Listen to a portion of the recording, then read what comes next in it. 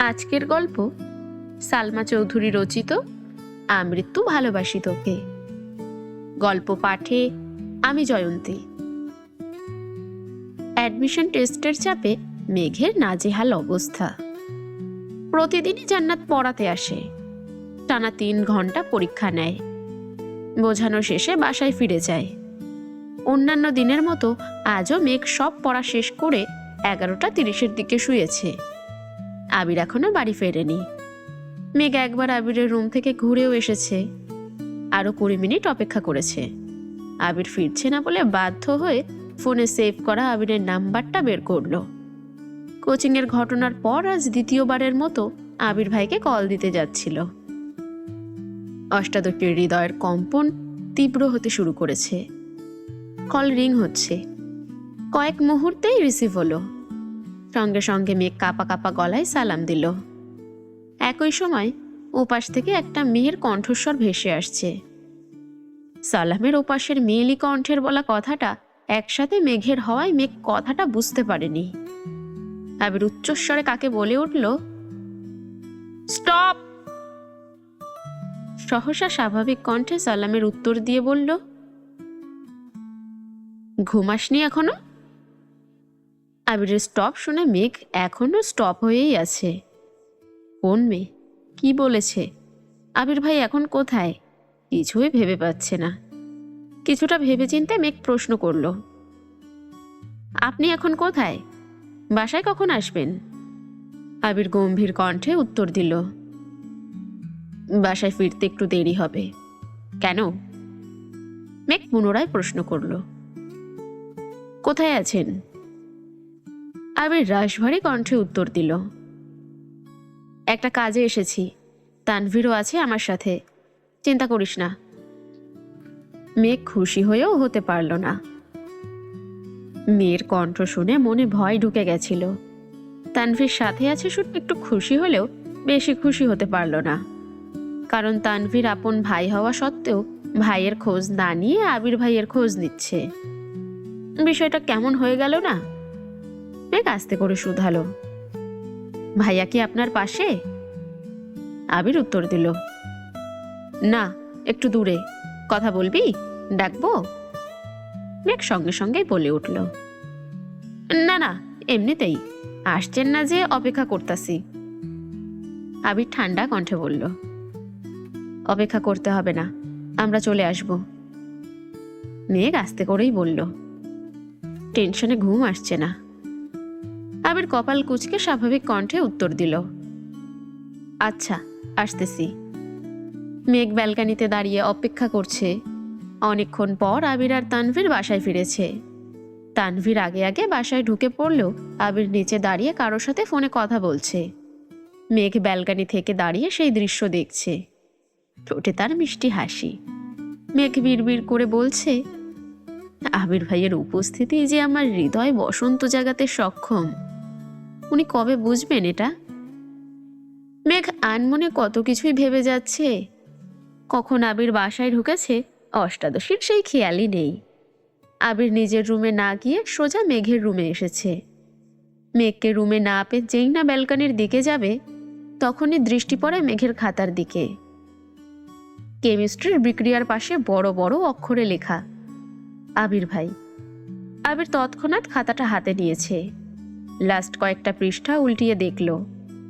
পড়ার ফাঁকে ফাঁকে খাতা জুড়ে আবির ভাই লেখা, আরো কিছু কিছু রোমান্টিক লাইন, কবিতার অংশ, গানের লাইন, এইসবই লেখা। এইসব দেখে আবির মাথায় রক্ত উঠে গেছে। খাতা টেবিলের উপর ছুঁড়ে ফেলে ব্যালকানিতে পা রাখতে রাখতে চিৎকার দিয়ে উঠল, এই মেয়ে, সমস্যা কি তোর? আচমকা আবির ভাইয়ের কণ্ঠ শুনে চমকে ওঠে মেঘ।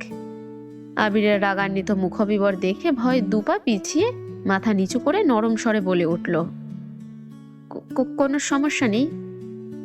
আবির দ্বিতীয়বারের মতো চিৎকার দিয়ে উঠল, তুই কি পড়াশোনা করবি নাকি করবি না?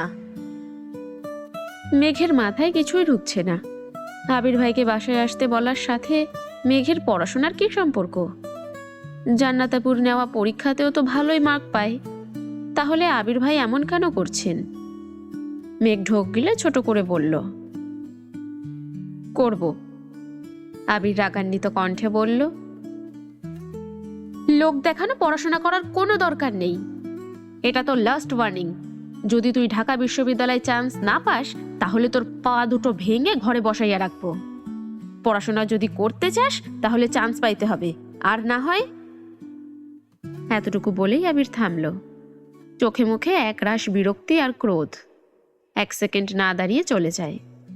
মেঘের টেবিলের পাশে থাকা কাঠের চেয়ারে সজোরে লাথি দিয়ে রুম থেকে বেরিয়ে পড়েছে। লাথিটা চেয়ারে দিলেও কেঁপে উঠেছে অষ্টাদশীর সর্বাঙ্গ। মাথায় ঢুকছে না কিছুই। কি এমন হলো যে আবির ভাই এতটা রেগে আছেন? বাসায় ফেরার কথা বলে কি ভুল করে ফেলেছি? উনি কোথায় বা গেছিলেন? মেয়ে কিছুক্ষণ পর রুমের দিকে পা বাড়ায়। চেয়ারটা ফ্লোরে পড়ে আছে। মেঘ চেয়ারটা তুলে ঠিক মতো রাখতে গেলেই চোখে পড়ে খাতাটা। ফ্যানের বাতাসে খাতার পৃষ্ঠাগুলো উড়ছে।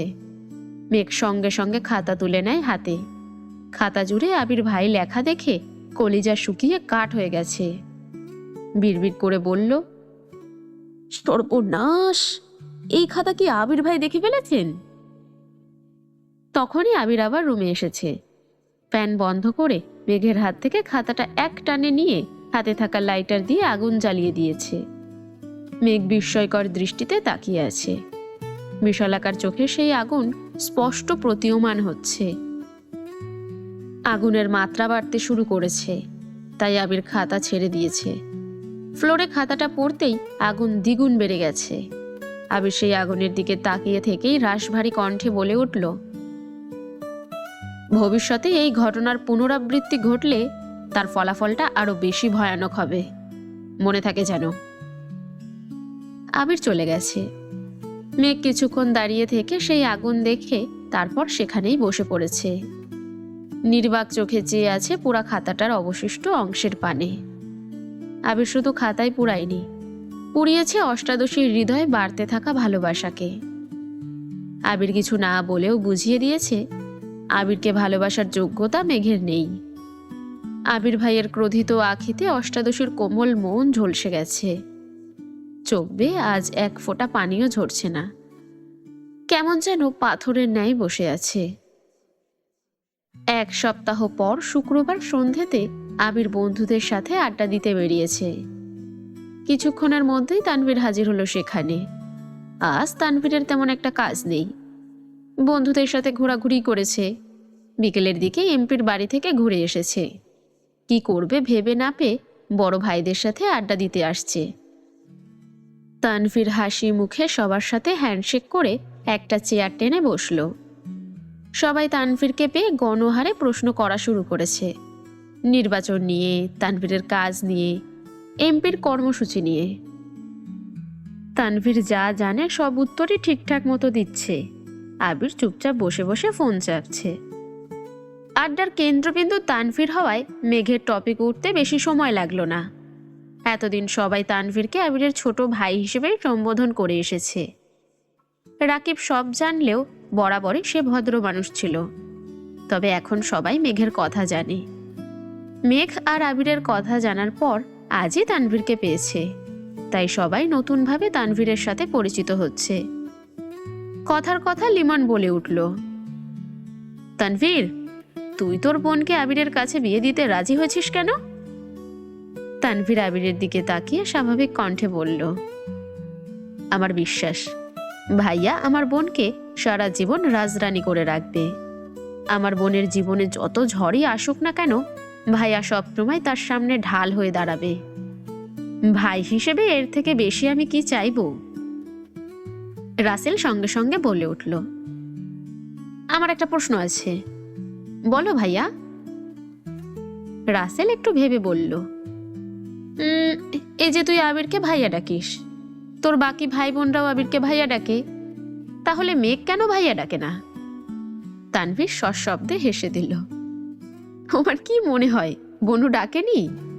সত্যি বলতে বনু আমায় ভাইয়া বলে অভ্যস্ত হয়ে গেছে, তাই ভাইয়াকে শুধু ভাইয়া ডাকতে পারে না। ভাইয়া দেশে ফেরার পর প্রথম প্রথম বনু ভাইয়াকে একবার আবির ভাইয়া, একবার আবির ভাই এমন করেই ডাকতো। একদিন বড় আম্মুর সামনে আবির ভাই বলায় বড় আম্মু বললেন, ভাইয়ের নাম ধরে ডাকিস না, বড় ভাইয়া বলে ডাকবি। লিমন বলল। পরে? তানভীর আবিরের দিকে একবার তাকালো। আবির চুপচাপ বসে আছে, কারণ সে ভালো করেই জানে তানভীর আসলে বন্ধুরা আবিরের কুকীর্তি জানতে চাইবে। আবিরকে চুপচাপ থাকতে দেখে তানভীর একটু সাহস নিয়ে পুনরায় বলা শুরু করলো। পরে আর কি? বনু কিছু বলার আগে ভাইয়াই চিৎকার দিয়ে উঠেছে। ভাইয়া বলে, ভাইয়া ডাকার কোনো প্রয়োজন নাই, যা ডাকছে তাই ডাকুক। বড় আম্মু এখান থেকে যাওয়ার পর বনু মজা করে বলেছে, আবির ভাইয়া। ভাইয়া সঙ্গে সঙ্গে বলে, ভুলেও যদি আর একবার ভাইয়া ডাকিস তাহলে এমন থাপ্পড় দেব জীবনের মতো ভাইয়া ডাক বন্ধ হয়ে যাবে। সেই থেকে বনু আবির ভাই বলেই ডাকে। সবাই আবিরের দিকে চেয়ে হাসছে। লিমন আবিরকে উদ্দেশ্য করে বলে, ভাই ডাক শুনতে কেমন লাগে বন্ধু? আবির বিরক্তি নিয়ে উত্তর দিল, ভাই ডাকটা অনেক কষ্ট করে সহ্য করে নিয়েছি, কিন্তু ভাইয়া ডাক সহ্য করতে পারবো না। রাকিব তানভীরের দিকে তাকিয়ে প্রশ্ন করল, এমপির মেয়ের কি খবর রে? এখনো কি উল্টোপাল্টা কিছু বলে? তানভীর স্বাভাবিক কণ্ঠে উত্তর দিল, মেয়ে ভালোই আছে, তবে ইদানিং আরেকটা কথা বলেছে, যেটা আমি ভাইয়াকেও বলিনি। আবির ভ্রুকুচকে প্রশ্ন করল, কি বলেছে? তানভীর ঢোক গিলে আস্তে করে বলল, এমপির মেয়ের বনুরে অনেক ভালো লেগেছে। আবির কপাল কুচকে গম্ভীর কণ্ঠে বলল, তো? তানভীর আস্তে করেই বলল, এমপির ছেলের বউ মানে এমপির মেয়ে ভাবি বানাতে চায়। আবির বসা থেকে উঠে রাগান্বিত কণ্ঠে শুধালো, কি? তানভীর চেয়ার থেকে উঠে দৌড়ে গিয়ে রাকিবের পেছনে লুকাইছে। রাকিবও দাঁড়িয়ে পড়েছে। লিমন আর রাসেল সঙ্গে সঙ্গে আবিরকে ধরেছে। তানভীর রাকিবের পেছন থেকে উচ্চস্বরে বলে উঠল, তুমি এভাবে আমায় মারতে পারো না, ভুলে যেও না আমি তোমার সম্বন্ধী হই। আবির রাগে ফুঁসতে ফুঁসতে বলল, এই কথাটা মাথায় রাখি বলেই আজ পর্যন্ত তুই আমার হাতে মাইর খাসনি। রাকিব হাসতে হাসতে বলছে, তানভীর তোর ভাগ্য ভালো, শালা হলে যে কি তোর দশা হইতো আল্লাহ ভালো জানি। আবির রাগান্বিত কণ্ঠে বলল, তানভীর, তোরে আমি আগেই না করেছিলাম মেঘরে ওই বাড়িতে নেওয়ার কোনো দরকার নেই। তুই জোর করেছিলি বলে আমি নিয়েছিলাম। এমপির মেরে এমনিই সহ্য হয় না, এখন আবার ভাই? এই ছেলের নাম কি, কই পাবো এটা বল শুধু। তানভীর ঠান্ডা কণ্ঠেই বলল, ছেলে ইউকেতে থাকে, ছেলে এসবের কিছুই জানে না। এমপির মেয়েরই ভালো লেগেছিল, আমি না করে দিয়েছি, বলেছি বনু তোমার বউ, কাহিনী যেন না বাড়ায়। আবির গম্ভীর কণ্ঠে শুধালো, আমায় আগে বলিসনি কেন? তানভীর তখনও রাকিবের পেছনেই লুকিয়ে আছে। ধীর কণ্ঠে বলল, এখানে চারজনের সামনে বলেই যান বাঁচানো কষ্টকর হয়ে যাচ্ছে। বাড়িতে আমায় একা পেয়ে মায়ের যে দিবা না তার কি গ্যারান্টি আছে? আবির কণ্ঠ দ্বিগুণ ভারী করে বলল, এমপির মেয়েটা যদি ছেলে হইতো তাহলে এর খবর আছিল। এমপির ছেলে দেশে ফিরলে জানাস তো। তানভীর চিন্তিত স্বরে বলল, কেন মারবা নাকি? কিন্তু ছেলে তো কিছুই জানে না। আবির স্বাভাবিক কণ্ঠে উত্তর দিল, সেটা সময় বলে দিবে। আরো ঘন্টা দুয়েক আড্ডা দিয়ে 10টার পরে বাসায় ফিরেছে দুই ভাই। মেঘের জন্য খাবার নিয়েছে, তবে সেই খাবার আজ আর আবির দেয়নি। তানভীরকে দায়িত্ব দিয়ে আবির নিজের রুমে চলে গেছে। আবির চাইছে মেঘ তার সর্বোচ্চ চেষ্টাটা করুক। আবিরের জন্য যেন মেঘের পড়াশোনায় কোনো সমস্যা না হয়। মেঘকে শক্ত আর স্বাভাবিক করতেই আবিরের এত কঠিন পদক্ষেপ নেওয়া। অবশেষে আজ সেই কাঙ্ক্ষিত দিন, ঢাকা বিশ্ববিদ্যালয়ের ক ইউনিটের ভর্তি পরীক্ষা। মেঘ সকাল সকাল রেডি হয়ে নিচে নামলো। পরীক্ষায় কান ঢাকা নিষেধ, এর জন্য হিজাব পরেনি আজ। খেতে বসেছে ঠিকই, কিন্তু খাবার গলা দিয়ে নামছে না। প্রিপারেশন আলহামদুলিল্লাহ, কিন্তু মাত্রাতিরিক্ত দুশ্চিন্তায় গত 2 রাত ঘুমোতে পারেনি। গতকাল রাতেই ঠিক হয়েছে গাড়ির থেকে বাইকে গেলে সুবিধাজনক হবে, তাই তানভীর মেঘকে পরীক্ষার হলে নিয়ে যাবে। কিন্তু সকাল থেকে তানভীরের হদিশ নেই, এখনো ঘুম থেকেই ওঠেনি। ইকবাল খান যেই না তানভীরকে ডাকতে যাবে তখনই চোখ পড়ল আবির রেডি হয়ে নিচে নামছে।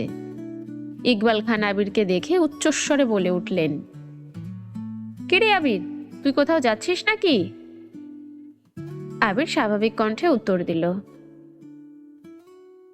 তানভীর একটু অসুস্থ, বলল মেঘকে আমায় নিয়ে যেতে। যেহেতু আজ শুক্রবার তাই ভাবলাম নিয়েই যাই। মোজাম্মেল খান বলে উঠলেন, ভালোই হয়েছে, ওই ছেলের দিয়ে কোনো বিশ্বাস নাই। দেখা গেল যাইতে যাইতে পরীক্ষা শেষ হয়ে যাবে, তার থেকে ভালো তুই নিয়ে যা। আবির মৃদু হাসল। মালিহা খান ছেলেকে ডেকে বললেন, তোকে খেতে দিব? আবির খাবে না বলে বেরিয়ে গেছে। কিছুক্ষণের মধ্যে মেঘও বেরিয়েছে। সবাই গেট পর্যন্ত মেঘকে বোঝাতে বোঝাতে এগিয়ে দিয়ে এসেছে। 1 ঘন্টার মধ্যে উপস্থিত হলো পরীক্ষার কেন্দ্রে। চারপাশে অসংখ্য শিক্ষার্থী আর তাদের সাথে অভিভাবক। শুধু বন্ধুরা মিলেও পরীক্ষা দিতে এসেছে। কেউ কেউ রাস্তার পাশে বসে পড়তে ব্যস্ত। মেঘ আশেপাশের পরিবেশ দেখে আরো বেশি শঙ্কিত হয়ে যাচ্ছে। এখনো গেট খোলা হয়নি। মেঘ আশেপাশে এত এত শিক্ষার্থী দেখতেই ব্যস্ত, অথচ আবির মেঘের দিকেই তাকিয়ে আছে। আবির হঠাৎই শীতল কণ্ঠে ডাকল, মেঘ। মেঘ আবিরের মুখের পানে তাকিয়ে উত্তর দিল, জি। আবির অকস্মাৎ 2 হাতে আলতোভাবে মেঘের 2 গাল স্পর্শ করে মেঘের চোখে চোখ রেখে নিরেট কণ্ঠে বলল, আমি গর্ব করে বলতে পারি এখানে উপস্থিত হাজার হাজার শিক্ষার্থীর মধ্যে আমার মেঘ সবচেয়ে বেশি বুদ্ধিমতী। পরীক্ষা শেষে আমি তোর মুখে সেই অকৃত্রিম হাসিটা দেখতে চাই, যেই হাসিটা শুধুই বিজয়ের। আমার বিশ্বাস তুই পারবি। মেঘ নির্বাক চোখে তাকিয়ে আছে আবিরের মুখবিবরে। মেঘকে ছেড়ে একটু দূরে সরে আবির পুনরায় বলল, টেনশন করিস না, বের হয়ে সোজা এখানে আসবি, আমি এখানেই থাকব। ততক্ষণে গেট খুলে দিয়েছে। হাজার হাজার পরীক্ষার্থীর ভিড়ে মেঘও কেন্দ্রে ঢুকে গেছে। আবির বাইরে অপেক্ষা করছে। পরীক্ষা মেঘের হলেও চিন্তা সব আবিরের। তার প্রথম আর একমাত্র চিন্তা অসময়ে দেশে ফেরা। ভেবেছিল ভর্তি পরীক্ষা শেষে ফিরবে, কিন্তু জয়ের জন্য তার হলো কই। দেশে ফেরার পর থেকে একটাই চিন্তা, আবিরের জন্য মেঘের না কোনো সমস্যা হয়। 3 মাস যাবৎ কত কৌশলী না অবলম্বন করেছে মেঘকে শক্ত করতে। আজকের পরীক্ষাতেই বোঝা যাবে আবির কতটুকু সফল আর কতটুকু ব্যর্থ। কিছুক্ষণ হলো পরীক্ষা শেষ হয়েছে। এত এত পরীক্ষার্থীর ভিড়ে আবিরের দৃষ্টি খুঁজে চলেছে সেই কাঙ্ক্ষিত ব্যক্তিকে। অবশেষে চোখ পড়ে তার অষ্টাদশীর পানে। দ্রুত পায়ে এগিয়ে আসছে, মুখে তার তৃপ্তির হাসি। খুশিতে জল জল করছে 2 আঁখি। এক নিমেষেই আবিরের দুশ্চিন্তা উধাও হয়ে গেছে। মেঘ কাছাকাছি এসে খুশিতে গদগদ হয়ে বলল, আলহামদুলিল্লাহ, পরীক্ষা ভালো হয়েছে। সঙ্গে সঙ্গে প্রশস্ত হলো আবিরের 2 ওষ্ঠ। ঠান্ডা কণ্ঠে বলল, আলহামদুলিল্লাহ। বাসায় কল দিয়ে সবার সাথে কথা বলেছে। আবির মেঘের দিকে তাকিয়ে প্রশ্ন করল, এখন কি বাসায় যাবি? বাসায় যাওয়ার কথা শুনে মেঘের মন খারাপ হয়ে গেছে। 24 ঘন্টা বাসায় থাকতে থাকতে বিরক্ত হয়ে গেছে। কোচিংয়ে যাওয়া বন্ধ হওয়ার পর শুধু একদিন ভাই বোনদের সাথে ঘুরতে বের হয়েছিল। সেই থেকে বলতে গেলে ঘরবন্দি। মেঘের মন খারাপ দেখে আবির পুনরায় প্রশ্ন করল, ঘুরতে যাবি? সহসা মেঘ হাসি মুখে আবিরের দিকেই তাকিয়েছে, কিন্তু হাসিটা কয়েক সেকেন্ডেই গায়েব হয়ে গেছে। মনে পড়ে গেল কিছুদিন আগের খাতা পোড়ানোর ঘটনা। যার মনে মেঘের জন্য বিন্দুমাত্র জায়গা নেই, তার সাথে কথা বলা বেমানান। ওনার নাম লেখাতে যেই মানুষটা কয়েক মিনিটের মধ্যে সম্পূর্ণ খাতা পুড়িয়ে ফেলেছেন, সেই মানুষটার থেকে দূরে থাকাই শ্রেয়। মেঘ মাথা নিচু করে উত্তর দিল, না, বাসায় চলে যাব। আবির কপাল কুঁচকে কেমন করেই চেয়ে আছে। আবির খুব ভালো করেই বুঝতে পারছে তার অষ্টাদশী অভিমান করে আছে। আবির গম্ভীর কণ্ঠে বলল, আগে চল খেতে যাই, তোর জন্য তাড়াহুড়োতে সকালে না খেয়ে বের হয়েছি, খুব ক্ষুধা লাগছে। আজ শহর জুড়েই জ্যাম, পরীক্ষার্থীদের ভিড়ে গাড়ি এক জায়গাতেই ঘন্টার পর ঘন্টা আটকে আছে। মেঘকে নিয়ে নাস্তা করতে বেরিয়েছে। 1 ঘন্টায় বিশাল জ্যাম পেরিয়ে বাইক ছুটছে নিরুদ্দেশের পথে। মেঘ 2 বার জিজ্ঞাসা করেছে, কোথায় যাচ্ছি, কিন্তু আবির কোনো উত্তর দেয়নি। ঘন্টা খানেকের মধ্যে পৌঁছে গেছে এক অপরূপ সুন্দর জায়গায়। উত্তরা 15 নম্বর সেক্টরের সুপরিচিত সেই জায়গার নাম দিয়াবাড়ি। দিয়াবাড়ি সব সময় বেশ জনপ্রিয়, তবে শরৎকালে কাশফুলের শুভ্রতায় এই স্থানের মাধুর্যতা কয়েক গুণ বেড়ে যায়। আকাশে যেমন সাদা মেঘেরা ঘুরে বেড়াচ্ছে, তেমনি প্রকৃতি জুড়েও সাদার মেলা। মুগ্ধ আঁখিতে কাশফুল দেখছে মেঘ। কাশফুলের শুভ্রতায় মেঘের মন ফুরফুরে হয়ে গেছে। গুটি গুটি পায়ে এগিয়ে গিয়ে আলতো হাতে কাশফুল ছুঁয়ে দিল। এদিকে আবির বাইকে হেলান দিয়ে দুর্বোধ্য দৃষ্টিতে তাকিয়ে সেই দৃশ্যই দেখছে। মুহূর্তেই আবিরের ঠোঁটের কোণে হাসির ঝলক দেখা গেল। আনমনে বলে উঠল, মানুষ শুধু শরতে কাশফুলের মায়ায় পড়ে, অথচ আমি প্রতিদিন প্রতিক্ষণ শুধু তোর মায়াই পড়ে থাকি। মেঘের মনে আনন্দের সীমা নেই। আনন্দ হবে নাই বা কেন? ঢাকা শহরে থেকেও এত বছরে কোনো দিন এই জায়গায় আসতে পারেনি। শুধু 2-1 বার নামই শুনেছে। বাবা কাকারা ব্যবসার কাজে এতই ব্যস্ত থাকেন যে সবাইকে নিয়ে ঘুরতে যাওয়ার সময়ই নেই কারো। কাকামণি মাঝে মাঝে মেঘ, মিম আর আদিকে নিয়ে বের হলেও সেটা 3 মাসে 1 বার। অথচ আবির দেশে ফিরেছে সবেমাত্র 4 মাস হবে। এই অল্প সময়ে আবির মেঘকে নিয়ে ঢাকার আশেপাশে সব জায়গা ঘুরে ফেলেছে। অবশেষে আজ কাশফুলের রাজ্যেও নিয়ে এসেছে। ভাবতেই পারছে না মেঘ। আবির মেঘকে বুঝতে না দিয়ে মেঘের বেশ কিছু ছবি তুলল। ফোন পকেটে রেখে কতগুলো কাশফুল একসাথে এনে মেঘের দিকে এগিয়ে দিয়ে বলল, তোর কিছু ছবি তুলে দিব? মেঘ আবিরের দিকে তাকিয়ে হেসে ফেলল।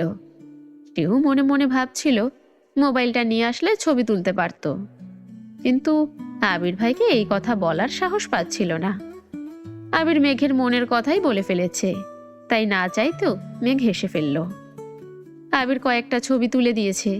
ছবিগুলো দেখে মেঘ স্বাভাবিক কণ্ঠে বলল, ধন্যবাদ, আমরা কি এখন চলে যাব? আবির ভ্রু কুঁচকে বলে উঠল, এত স্বার্থপর কেন তুই?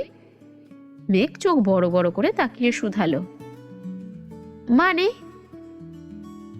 আবির বিরক্তির স্বরে বলল, এই যে এত কষ্ট করে এত দূর নিয়ে আসলাম, তোকে ছবিও তুলে দিলাম, একটাবার বলতে তো পারতি, দেন আপনাকে 2টা ছবি তুলে দিই, বা অন্তত একটা সেলফি তুলি। যেই নিজের ছবি তোলা সে অমনি বাসায় জায়গা, স্বার্থপর একটা। আমি স্বার্থপর হলে আপনি হিটলার। মুখের উপর মেঘ জবাব দিয়ে ফেলেছে। আবির কপালে কয়েকটা ভাঁজ ফেলে ভারী কণ্ঠে বলল, আমি হিটলার হলে তুই হিটলারের নানি। এই জন্য বিতর্ক প্রতিযোগিতা চলছে। মেঘ ভেঙচি কেটে বলল, জীবনেও না, আমি আপনার মতো এত পাষাণ না। এই কথা শুনে আবির হেসে ফেলল। আচমকা হাসাতে মেঘ বিস্মিত নয়নে তাকিয়ে আছে। মেঘ ভেবেছিল আবির ভাই হয়তো রেগে যাবেন, কিন্তু উনি হাসতে দেখে বেশ অবাক হয়েছে। আবির গলা খাকারি দিয়ে গম্ভীর কণ্ঠে বলা শুরু করল, সামান্য একটা কারণে গত 9 বছর তুই আমার সাথে কথা বলিসনি। তুই ভুল করলে বড় ভাই হিসেবে কি তোকে শাস্তি দেওয়ার অধিকার ছিল না আমার? এই যে এতগুলো বছর একটা বার কথা বলিসনি আমার সাথে, তখন একবারের জন্যও কি নিজেকে পাষাণ মনে হয়নি তোর? হয়তো দেশে না ফিরলে এখনো কথা বলতি না, একবারও মনে হয়নি এই মানুষটার সাথে কথা বলা উচিত? তোর এই অসীম দূরত্বে সেই মানুষটারও খারাপ লাগতে পারে, ভেবেছিস কখনো? ভাবিসনি। মেঘ শান্ত চোখে তাকিয়ে আছে। ওষ্ঠদয় কাঁপছে তিরতির করে। আবির ভাইয়ের সাথে এত বছরে একবারের জন্য কথা বলতে ইচ্ছে হয়নি তার। অথচ ওনাকে দেখার পর ওনার ভারী কণ্ঠে বলা এক একটা কথা, অনুভূতি, আচরণ, ক্রোধিত আঁখি, তাকানোর স্টাইল, ঘন কালো চুলে আর গাল ভর্তি ছোট ছোট দাড়ি দেখে ধীরে ধীরে প্রেমে পড়তে বাধ্য হয়েছে। আবির ভাই তো দেশে ফিরে আবারও থাপ্পড় দিয়েছে তাকে। কই, এবার তো সে কথা বন্ধ করেনি। রাগ অভিমান শেষে ঠিকই বারবার কথা বলেছে। এই যে সেদিন খাতা পোড়ালো, তারপরও আজ সেই মানুষটার সাথেই ঘুরতে এসেছে। তাহলে এত বছর কেন কথা বলতে ইচ্ছে হয়নি তার? মেঘ কিছু বলছে না দেখে আবির বাইকের দিকে চলে যাচ্ছিল। মেঘ আচমকা বলে উঠল, আপনার সাথে একটা ছবি তোলা যাবে? আবির মুচকি হেসে উত্তর দিল, ওয়াই নট। ঘোরাঘুরি শেষে বাসায় ফিরছে। মেঘের হাতে অনেকগুলো কাশফুল। তার খুব ইচ্ছে করছে এগুলো বাসায় নিয়ে মিম আর আদিকে দেখাবে, কিন্তু আবিরের কড়া নিষেধ, বাসায় নেওয়া যাবে না। বাধ্য হয়ে মানতে হলো আবির ভাইয়ের কথা। রাস্তায় দুইটা পিচ্ছি মেয়েকে ফুলগুলো দিয়ে বাসায় চলে আসলো। সময় চলছে নিজস্ব গতিতে। মেঘের পড়াশোনার অন্ত নেই। সবেমাত্র ঢাকা বিশ্ববিদ্যালয়ের পরীক্ষা শেষ হলো। সামনে মেডিকেল পরীক্ষা। পড়ার চাপ যতটা মেঘের, ঠিক ততটাই জান্নাতের। প্রতিদিন 3 থেকে 4 ঘন্টা সময় নিয়ে পড়ানো, নিজে প্রশ্ন করে মেঘের পরীক্ষা নেওয়া, সেগুলোর সমাধান করা। 15 দিনের মাথায় জগন্নাথ বিশ্ববিদ্যালয়ের ভর্তি পরীক্ষা।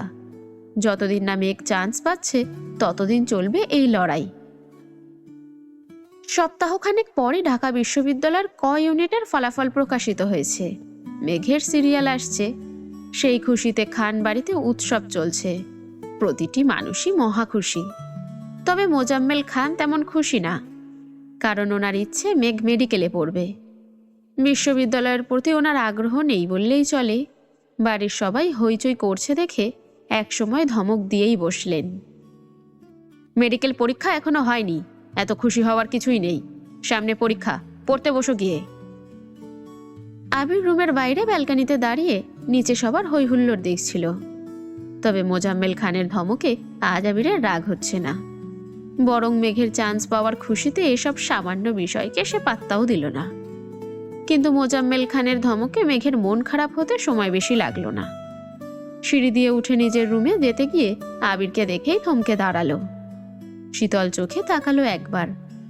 হয়তো বুঝতে চেয়েছিল রেজাল্টের কথা শুনে আবির ভাই খুশি হয়েছেন কিনা, কিন্তু আবিরের অভিব্যক্তি বোঝা গেল না। তাই মাথা নিচু করে মেঘ রুমে চলে গেছে। মেঘের পড়া যেমন থেমে নেই, তেমনই জান্নাত আপুরও ছুটি নেই। কিছুদিন পর মেডিকেল ভর্তি পরীক্ষা দিল। এবার আর আবির নিয়ে যায়নি। মোজাম্মেল খান নিজে গাড়ি করে মেয়েকে নিয়ে গেছেন। পরীক্ষা যেমনই হয়েছে, রেজাল্টের অপেক্ষায় সবাই আছে। কিছুদিন পর একদিন আবির আর রাকিব অফিসে কাজ করছিল। হঠাৎ রাসেল ছুটে এসে উত্তেজিত কণ্ঠে বলল, কিরে আবির, মেঘ কি চান্স পাইছে? আবির ল্যাপটপের দিকে তাকিয়ে থেকেই উত্তর দিল, ডিইউতে হয়েছে, জগন্নাথে ওয়েটিং। কেন? রাসেল পুনরায় বলল, আরে ভার্সিটি না, মেডিকেলে চান্স পাইছে কিনা জিজ্ঞাসা করছি। আবির অবাক চোখে তাকিয়ে প্রশ্ন করল, রেজাল্ট দিয়ে দিয়েছে নাকি? রাসেল সহসা উত্তর দিল, হ্যাঁ, মাত্রই দেখলাম, এজন্যই তো তোকে জিজ্ঞাসা করতে এসেছি। আবির তাড়াতাড়ি ফোন বের করে নেটের রেজাল্ট দেখল। অকস্মাৎ আবিরের মুখটা মলিন হয়ে গেল। রাকিব জিজ্ঞাসা করল, কি হলো, চান্স পায়নি? আবির ভারী কণ্ঠে উত্তর দিল, সরকারিতে আসেনি, প্রাইভেটে পড়তে পারবে। আবির সঙ্গে সঙ্গে তানভীরকে কল দিয়েছে। তানভীর বাসায় নেই। আবির বসা থেকে উঠে রুমের মধ্যে পায়চারি শুরু করেছে। কি করবে বুঝতে পারছে না। বাসায় কি চলছে কে জানে। হঠাৎই মিমের কথা মনে পড়ল। তাড়াতাড়ি আকলিমা খানের নাম্বারে কল দিয়েছে। প্রথম কলটা রিসিভ করল মিম। মায়ের ফোন বেশিরভাগ সময় মিমের কাছেই থাকে। মিম আর আদি মিলে গেম খেলে। মিম কল রিসিভ করেই সালাম দিল। আবির সালামের উত্তর দিয়ে ভারী কণ্ঠে বলল, বাসার কি অবস্থা? মিম চিন্তিত স্বরে বলল, চাচ্চু আপুকে বকতেছে, আম্মু আর মামুনি মিলেও থামাতে পারছে না। আব্বু, বড় আম্মু কেউ বাসায় নেই। আমাকে আর ভাইকেও ধমকে রুমে পাঠিয়ে দিয়েছে। আবির আর কিছু না বলেই কল কেটে দিল। তৎক্ষণাৎ বাড়ির উদ্দেশ্যে রওনা দিল। আবির সেদিনই চাচ্চুর মনের কথা বুঝেছিল। এই ঝামেলাটা হওয়ারই ছিল, কিন্তু আজ রেজাল্ট দিবে এটা আবিরের জানা ছিল না। জানলে হয়তো আজ বাসা থেকে বেরই হতো না। বাইকের গতি বুঝিয়ে দিচ্ছে ভেতরে ভেতরে আবির কতটা ক্ষিপ্ত। বাসার গেটটা কোনো রকম পেরিয়ে বাইক রেখে ছুটে গেছে অন্দরমহলে। ড্রয়িং রুমে সোফায় বসে আছেন মোজাম্মেল খান। ওনার পাশে হালিমা খান স্বামীকে শান্ত করার চেষ্টা করছে। সিঁড়ির পাশে ভীত হয়ে দাঁড়িয়ে আছে মেঘ। চিবুক নেমে গলার সঙ্গে মিশে আছে। কান্নার তোপে সামনের দিকের চুলগুলো ভিজে গালে লেপ্টে আছে। দৃষ্টি তার ফ্লোরের দিকে। আকলিমা খান রান্নাঘরে। ভাসুরকে থামানোর সাধ্য নেই বলেই সরে পড়েছেন। আলী আহমেদ খান মালিহা খানকে নিয়ে ডাক্তার দেখাতে গিয়েছিলেন, এখনো ফেরেনি। ইকবাল খান হয়তো কোনো কাজে বেরিয়েছেন। মোজাম্মেল খান তখনও রাগান্বিত কণ্ঠে বলেই যাচ্ছেন, তোকে এত আদর ভালোবাসা দিয়ে কি হলো? সরকারি মেডিকেলে চান্স তো পাসনি। কত গর্ব করে সবাইকে বলেছিলাম আমার মেয়ে মেডিকেলে পড়বে। এখন আমি কোন মুখে বলবো যে আমার মেয়ে চান্স পায়নি? তোকে তো। এতটুকু বলতেই আবির উচ্চস্বরে বলে উঠল, আই মেঘ, রুমে যা। আচমকা আবিরের কণ্ঠ শুনে মেঘ কিছুটা কেঁপে উঠল। মোজাম্মেল খানও থেমে গেলেন। মেঘ মুখ তুলে আবিরের দিকে তাকিয়ে আছে। কাঁদতে কাঁদতে চোখ লাল করে ফেলেছে। মোজাম্মেল খান বাসায় ফেরার পর থেকে মেঘকে বকেই চলেছেন। ঘুরে ফিরে এক কথাই বারবার বলছেন, এত আদরে থেকে এত সুযোগ সুবিধা পেয়েও মেডিকেলে চান্স পাসনি। ছেলে যেমন ভণ্ড, মেয়েটাও এরকমই হচ্ছে। সামান্য একটা ভর্তি পরীক্ষাতে চান্স পেতে পারেনি। এই থেকে শুরু করে আর যা যা বলার ছিল সবই বলে ফেলেছেন। অতিরিক্ত রাগে মানুষের বুদ্ধি লোপ পায়। তখন যা বলে তার বেশিরভাগই অহেতুক আর বিবেকহীন কথা। মেঘ সিক্ত আখিতে আবিরের দিকে তাকিয়েই আছে। আবির নিরেট কণ্ঠে পুনরায় বলল, রুমে যেতে বলেছি তোকে। মেঘ মাথা নিচু করে ফেলেছে। বাবার দিকে তাকানোর সাহস পাচ্ছে না। এতক্ষণ বাবার ধমক খেয়েছে, এখন আবির ভাইয়ের ধমক খাওয়ার আর ইচ্ছে নেই তার। তাই ধীর পায়ে সিঁড়ি দিয়ে উঠতে লাগলো। আবির কয়েক কদম এগিয়ে সোফার কাছাকাছি এসে দাঁড়িয়ে মোজাম্মেল খানের দিকে তাকিয়ে গম্ভীর কণ্ঠে বলা শুরু করলো, যা হওয়ার তা হয়ে গেছে। এমন তো নয় যে মেঘ চেষ্টা করেনি, আর এমনটাও নয় যে সে পাশ করেনি। আপনার যদি পড়ানোর ইচ্ছে থাকে তাহলে এত এত প্রাইভেট মেডিকেল কলেজ আছে, ওইখানের কোনোটাতে পড়াতে পারেন। মেঘ রুমে যেতে যেতে আবিরের কথাগুলো শুনেছে। আবির ভাই যে বাপের বকার হাত থেকে মেঘকে বাঁচাতে এসেছে এটা ভেবেই মেঘ অবাক হয়ে যাচ্ছে। কিছুদিন আগে উনিই বলেছিলেন ডিইউতে চান্স না পেলে পা ভেঙে ঘরে বসিয়ে রাখবেন। অথচ আজ সেই মানুষটার ভিন্ন রূপ। একটা মানুষের কত রূপই না হতে পারে। মোজাম্মেল খান রেগে বললেন, প্রাইভেটে পড়ানোর ইচ্ছে থাকলে মাস শেষে এত এত টাকা মেয়ের পড়াশোনার জন্য খরচ করতাম না। বাসা থেকে বের হলেই আশেপাশের মানুষ আমায় প্রশ্ন করবে কেন চান্স পাইনি। কি বলবো আমি তখন? আবির দীর্ঘশ্বাস ফেলে বলল, আপনি কি চাইছেন এখন? ঘন্টার পর ঘন্টা মেয়েটার উপর রাগ ঝাড়লে কি রেজাল্টের পরিবর্তন আনতে পারবেন? অ্যাডমিশন টেস্টের সময় একটা মানুষ এমনিতেই ডিপ্রেশনের মধ্যে দিয়ে সময় পার করে, সেখানে তাকে এভাবে কথা শোনাচ্ছেন।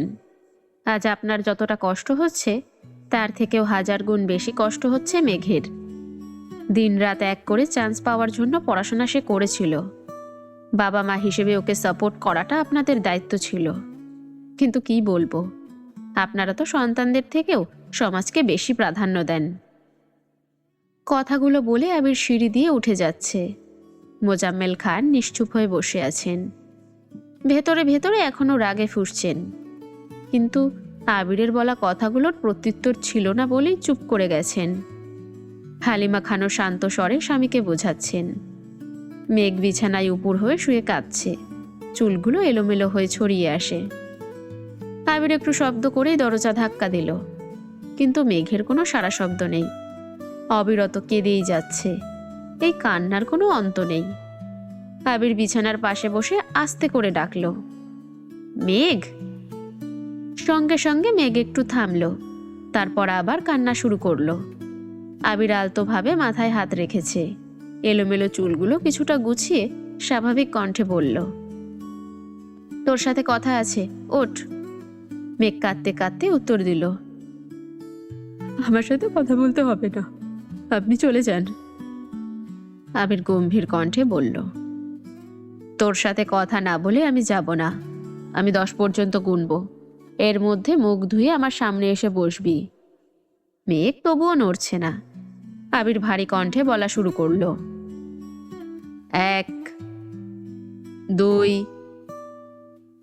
মেঘ তড়িঘড়ি করে উঠে ওয়াশরুমে চলে গেছে। মেঘের এই তড়িঘড়ি দেখে আবির মৃদু হাসল। মেঘ ফ্রেশ হয়ে আবিরের মুখোমুখি বসেছে। আবির মোলায়েম কণ্ঠে শুধালো, তুই কাঁদছিলি কেন? চান্স পাসনি বলে, নাকি চাচ্চু বকেছে তাই? মেঘকে নিশ্চুপ থাকতে দেখে আবির আবারও শুধালো, তুই কি মেডিকেলে পড়তে চাস? পড়তে চাইলে বল, প্রাইভেটেই তোকে পড়াবো। কেউ রাজি না হলে আমি তোকে পড়াবো। শুধু বল পড়তে চাস কিনা। মেঘ মাথা নিচু করে উত্তর দিল, জানি না। এই প্রশ্নের উত্তর মেঘের কাছে নেই, কারণ ছোটবেলা থেকে ভালো স্টুডেন্ট হওয়ায় জেএসসি এর পর সবার মতো পরিবারের কথায় তাকেও সায়েন্স নিতে হয়েছিল। আর সায়েন্স নেওয়া মানেই বাড়ির মানুষ ডাক্তার বানানোর স্বপ্ন দেখা শুরু করে। সবার স্বপ্নকে বাস্তবায়ন করতেই এতদিন সে চেষ্টা করে এসেছে। আবির শ্বাস ছেড়ে ভারী কণ্ঠে বলা শুরু করলো, দেখ, যদি এমন হয় ডাক্তার হওয়াই তোর একমাত্র লক্ষ্য, তুই মন প্রাণ দিয়ে চাস ডাক্তার হতে, তাহলে তুই প্রাইভেটে পড়তে পারিস। প্রাইভেট থেকে পড়েও প্রতি বছর হাজার হাজার ভালো ডক্টর বের হচ্ছেন। কিন্তু যদি মনে হয় ডাক্তার হওয়া তোর একমাত্র স্বপ্ন নয়, তুই সায়েন্স নিয়েছিস আর আশেপাশের মানুষ চাইছে তুই ডাক্তার হ, শুধুমাত্র তাদের ইচ্ছে পূরণ করতে মনের বিরুদ্ধে তুই ডাক্তার হতে চাচ্ছিস, তাহলে আমি বলবো কোনো দরকার নেই। কারো কথায় বা কারো চাপে নিজের ইচ্ছেকে কখনোই মাটি চাপা দিবি না। তোর যেখানে পড়তে ইচ্ছে করে তুই সেখানেই পড়তে পারিস। কে কি বলবে সেটা আমি বুঝবো। মেঘ নির্বাক চেয়ে আছে আবির ভাইয়ের মুখপানে। আবিরের বলা কথাগুলো শুনে মেঘের চোখ আবারও টলমল করছে। তার আব্বুও তো কথাগুলো এভাবে বলতে পারত। আবির তপ্ত স্বরে পুনরায় বলল, পৃথিবীর মানুষ কি ভাবছে তাতে আমার কিছু যায় আসে না। তোর ইচ্ছাটাই আমার কাছে সবচেয়ে মূল্যবান। দিন শেষে আমি তোর মুখে মিষ্টি হাসি দেখতে চাই, কারো কথাই নয়। নিজের সিদ্ধান্ত নিবি তুই কি চাস। আবারও বলছি, তুই যা চাস তাই হবে। আবির চলে গেছে। আবিরের দেওয়া সান্ত্বনাতে আর কিছু হলো কিনা জানা নেই, তবে মেঘের কান্না থেমে গেছে। দীর্ঘ সময়ের অশান্ত মন শান্ত হয়ে গেছে। তবে এখন নিচে যাওয়ার কোনো ইচ্ছে তার নেই। লাইট অফ করে শুয়ে শুয়ে ফোন চাপছিল। বন্যার সাথে কথা হয়নি। বন্যাকে 2 বার কল দিয়েছে, কিন্তু কোনো খবর নেই। ফেসবুকে ঘুরতে ঘুরতে আবির ভাইয়ের একটা ছবি সামনে আসলো। এতদিন পড়াশোনার চাপে আবির ভাইয়ের আইডিটাও ঘুরে দেখা হয় না, তাই আজ সময় নিয়ে আইডিতে ঘুরছে। হঠাৎই চোখে পড়ল সামনে আবির ভাইয়ের জন্মদিন। মেঘ দিন গুনছে, আর মাত্র 3 দিন বাকি। কিভাবে কি করবে এসব ভাবতে ভাবতে রেজাল্টের চিন্তা মাথা থেকে চলে গেছে। তারপর কখন যে ঘুমিয়ে পড়েছে কে জানে। কিছুক্ষণের মধ্যে মালিহা খান আর আলী আহমেদ খান বাসায় ফিরেছেন। মেঘের মন খারাপ শুনে দেখতেও গিয়েছিলেন, কিন্তু মেঘ ঘুমাচ্ছে দেখে ডাকেনি।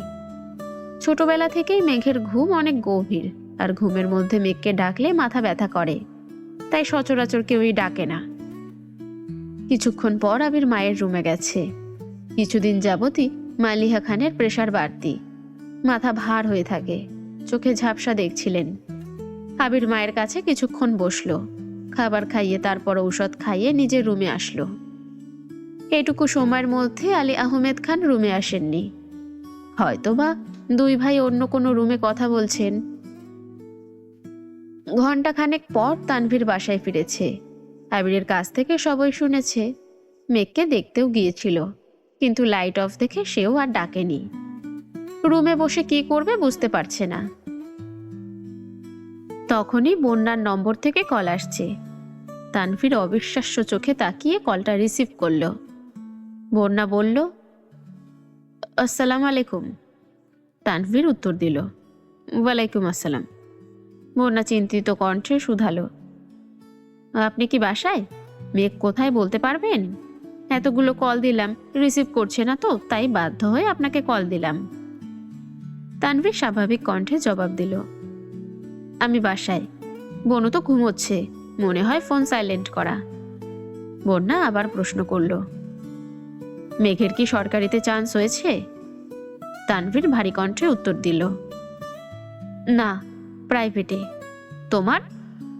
বন্যা মন খারাপ করে বলল, আমারও। তানভীর ধীর কণ্ঠে বলল, চিন্তা করো না, যা হবে ভালোই হবে।